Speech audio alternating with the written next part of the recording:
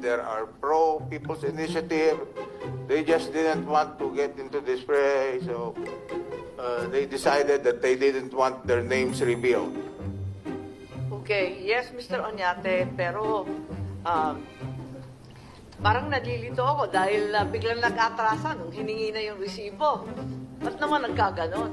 Hindi naman kami interesado sa kanilang kinikita, hindi naman kami nakikialam sa negosyo nila. Aalamin lang natin kung sino yung mga donor. Bagay na kailangan ipagmalaki, hindi naman ikahihiya.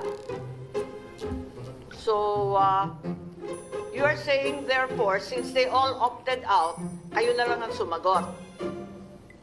Tama po ba yun? Kasi nakakalito to dahil, strictly speaking, you cannot really invoke the right of other people, no? Dapat sila mag-invoke ng security and privacy concerns nila. Pero palibasa, hindi nga sila nagpapakita, wala tayong pangalan.